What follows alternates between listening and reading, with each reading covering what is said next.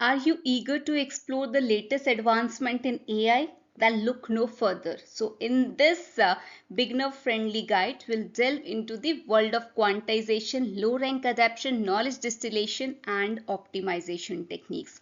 Well, these innovative methods are transforming the way we approach machine learning, and today we'll explain them in simple terms. So let's get started. What is low-rank adaptation? So basically this low rank adaptation is a technique used in machine learning that helps to improve the performance of algorithms by adjusting the parameters of a model to better fit a specific data set. So it is particularly useful when the size of data set is large and the number of parameters in the model is much smaller. So to understand this concept in simple terms, imagine you are trying to build a puzzle with few pieces. So initially you might have a rough idea of how the puzzle should look, but you don't have all the pieces yet. So low rank adaptation is like adding more pieces to the puzzle as you go along.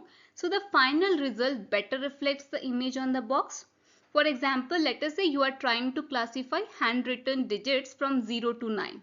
And you have a large data set of images of handwritten digits and you want to train a machine learning model to recognize them.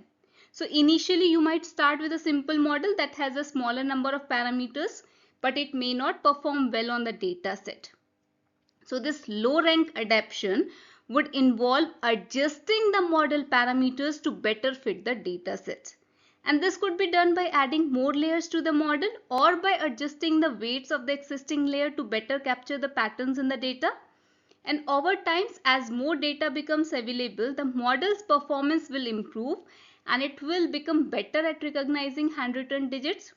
So to summarize this, we can say low rank adaptation is a technique used to improve machine learning algorithms by adjusting the parameters of model to better fit a specific data set. And it is very useful when dealing with large data sets and models with a small number of parameters. And by gradually adapting to the data, the model's performance will improve over time. Next comes the quantization. We all know that quantization is the process of converting the continuous values into the discrete values, and it is often used in digital system. So it's like approximating a continuous number by rounding it off to the nearest integer. So to understand this concept in simple terms, imagine you are measuring, you have a measuring tape that only goes up in inches. So if you try to measure something that is 3.5 inches, you would round it up to 4 inches since the tape doesn't go up in fractions of the inch. So quantization is similar, but instead of rounding to the nearest integer, it rounds to the nearest discrete value. For example, imagine you are listening to music on a digital audio player. Now this music is represented as continuous wave of sound, but in order to store it on the player, the sound needs to be converted to digital format. And this is where this quantization comes in. That is, the continuous sound wave is sampled at regular intervals and the amplitude of the wave at each interval is measured. This amplitude values are then quantized by rounding them to the nearest discrete value within a predefined range. For example, the amplitude might be quantized to the nearest 16th of a volt.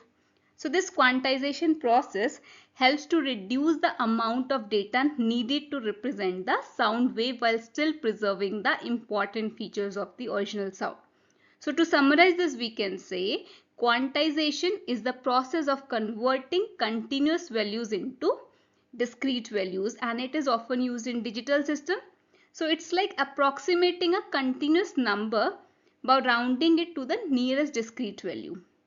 It is used in many applications such as digital audio to reduce the amount of data needed while still preserving the important features of the original data. Next comes the optimized training. Now this optimized training is a process used in machine learning to improve the performance of the model by adjusting its parameters to better fit the data. And the goal is to find the set of parameters that minimize the difference between model's prediction and the actual data. So to understand this concept in simple terms, imagine you are training a chef to cook a new recipe. The chef has never cooked this recipe before. So they start with a rough idea of how the dish should turn out. So optimized training is like adjusting the recipe to better match the desired outcome. For example, let us say the chef is trying to make a chocolate cake and they follow a recipe that calls for 2 cups of flour, 1 cup of sugar and half cup of cocoa powder.